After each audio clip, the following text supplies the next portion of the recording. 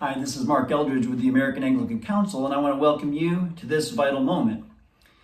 Now, speaking of vital moments, this time in our culture certainly seems like a vital moment as we approach this election in a few weeks. The tension in our country, the divisions that we see all around us, this is a vital moment, and these seem like vital times. And I would agree. I think that's pretty true. One of my concerns as we are looking at all these vital issues in this vital moment is the fact that so many of the ways which we are engaging these issues as Christians, who to vote for, what to do about social injustice, and any number of other issues that come up, is that the arguments are going this way. I think this, therefore this. I think that, therefore I'm going to vote this way. I think this, therefore we should do this as a society. But starting from the conversation and approaching the issues from a position of I think this is the wrong starting point for addressing any of the issues that we're facing in our culture. We should start from a God says this, therefore I believe this, therefore I'm going to behave this way, I'm going to vote this way, I'm going to approach this issue this way, because God says, therefore I am. And God says, therefore I believe this. When my kids were little, I refused to let them watch this cartoon show, a seemingly innocent cartoon show called Arthur on PBS. They wanted to watch it because it was the only thing on because we didn't have cable. And as I listened to the opening song for the show, it said this. It says, it's a simple message and it comes from the heart. Just believe in yourself. That's the place to start. I said, kids, no, you're not watching this show. It's pushing secular humanism on you. It's pushing an ideology, a worldview that says that the starting point of what you believe is in your heart, and that's just not right.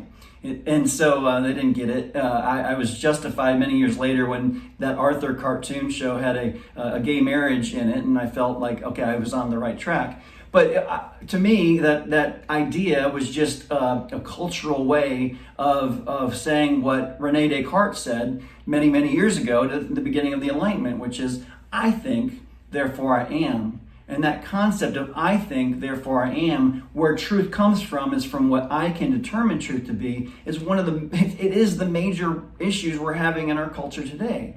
That fundamentally shifted it from God is, therefore I am, to I think. And that's where we get truth from. And I think as Christian, so you got to do it again. We're just part of our cultures. I think this, I think this.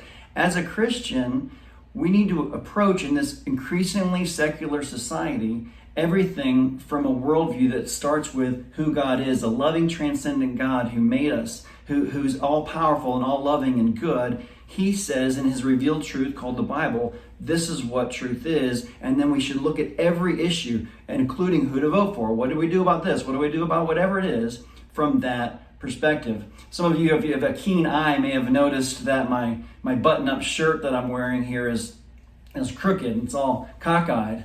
And I did that on purpose because I think this is a great illustration of what I'm talking about here. If you get the top button wrong on a button-up shirt, if you get that button wrong, every other button going down the shirt is going to be wrong. If you get the top button right, every other button lines up correctly. And that's how it is with how we view the world and how we view issues, these vital issues that we're facing. If we get the top button wrong and we start approaching the issues from the perspective, a human perspective, of I think this, or this seems like what most people are saying, or just at a human perspective, a human-centered view, then every issue that we look at is going to be skewed and we're going to get it wrong.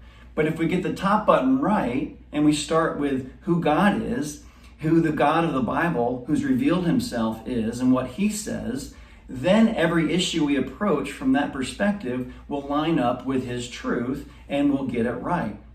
So again, I'm just imploring you, I'm trying to do this myself, that as we look at these vital issues in this vital moment in our world and moving forward, that we recapture as Christians the God is perspective and approach everything from a God first worldview.